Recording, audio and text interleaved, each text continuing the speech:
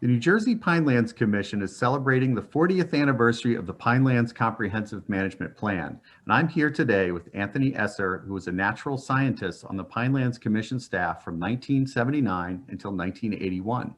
Mr. Esser was one of several co-authors of the Pinelands Comprehensive Management Plan. Thank you for joining us today. You're welcome. Glad to be here. All right. So could you tell us a little background? How did you end up working at the commission, and what did you do after you left the commission? Well, I went back to grad school and I worked at the Office of Natural Resources at Cook College. And one of the professors there was B. Bud Shavuzian. So I knew I had contact with B. Bud. And as a result of that, from after graduation, I went to work with the New Jersey Department of Agriculture Soil Erosion Division, and when the Pinelands Commission got enabled, I had contact with B. Bud Shavuzian, and I was able to join the staff. Mm-hmm. All right. And from there, after I left there, I went to work with the Natural Resources Conservation Service, which is a branch of the U.S. Department of Agriculture. And I worked in New York for a bunch of years, primarily as a water quality specialist with the state. And I worked throughout the state. But then after that, I was transferred to the headquarters in Washington, where I was program manager for the Environmental Qualities Incentive Program, known as EQIP. And in 2000, with the 2002 Farm Bill, I wrote the rule for the EQIP program. Okay. All right. Well, you were one of several staffers who in 1980 were tasked with writing this ambitious land use plan for the Pinelands. Some of your colleagues have described that process as both exciting and grueling and rewarding. How would you describe it? I'd support that combination of adjectives myself. It was grueling. It was exciting. Environmental quality was a focus point in that time. But there were also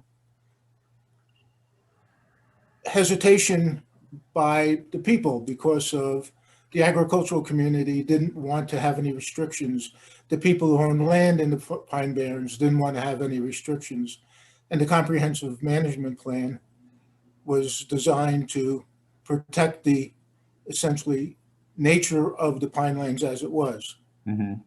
So it was an intense, you were under time frame, so it was intense and grueling, and it was. So what portions of the plan did you work on? I worked on the soil and hydrology as well as the agricultural portion. The agricultural portion was more the right to farm concept, mm-hmm.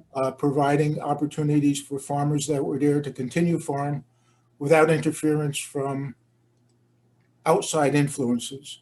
Mm-hmm. The soil and hydrology portion was more to protect the natural conditions of the environment that supported the biota or the flora and fauna of the area that grew because of the unique conditions. The unique conditions were sandy soil, which was essentially dry, but also a very low nitrogen content in the groundwater. Mm-hmm. And because the sandy soil had very little organic matter, there was no way to filter out the nitrogen that came in through septic systems, fertilizers, and things like that. So it was a matter of how do we control the nitrogen input into the environment to maintain a low nitrogen environment in the groundwater. Mm-hmm. And the only way we could really come up with was a plot size for septic tanks so that the nitrogen that was coming out of the septic tank would be diluted by the rainfall that came into the soil. Mm-hmm. So that was my primary focus. Okay. So what lessons do you think could be learned from that time when you guys are the staff is working on the plan and getting it was adopted and then had to be implemented, the probably one of the hardest parts, if not the hardest part, is the implementation. What lessons could be learned from that time and that process? Communication with the people, Mm-hmm. talking a lot with the farmers, getting them to support some of the concepts that we had in there. Of course, the right to farm was a very popular concept back then. Mm-hmm. And also trying to convince everybody else that we were not trying to restrict anything, but trying to protect the environment that they were there for. Mm-hmm. Agriculture in the Pine Barrens, the environment of the environment that was there supported cranberries and blueberries. And New Jersey was, I think, the leading producer of cranberries at the time, and second or third in blueberry production. Mm-hmm. And it's because of the soil-water relationship environment that allowed those crops to benefit. Mm-hmm. So communication with the residents, of course, with with a lot of environmental legislation, the non-residents are very positive, but the people who are immediately infected tend to be more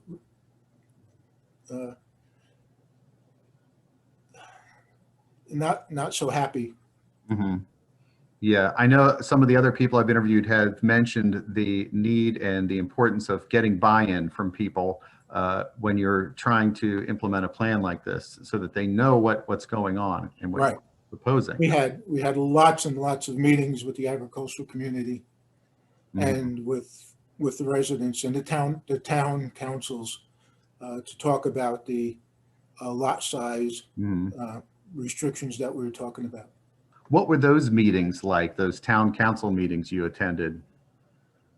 You had people on both sides, so it was controversial, usually controversial, and they were looking at the restrictions, and you have to try to find the balance of providing, again, the restrictions, but at the same time providing the opportunity for the environment that was there to continue. Mm-hmm. Okay. So as you look back now, 40 years, first let me ask, does it feel like it's been 40 years? Yeah. Yeah. It's been a while. So what do you try to think about what was going on back then? It's like. Right. Right. So what are you most proud of from that time in working on the comprehensive management plan and working at the commission and helping to create this groundbreaking plan? Well, I've always been a supporter of environmental concerns, so I was very happy to be part of that. And it was a great opportunity to branch out into the whole opportunity of selling the environment, essentially. Essentially, that's what we were doing, is we were selling the natural resources of the Pinelands and the protection of the Pinelands to the communities. Mm-hmm. So it was an opportunity to be able to use what I learned and what I've done in the past, mm-hmm. to do that.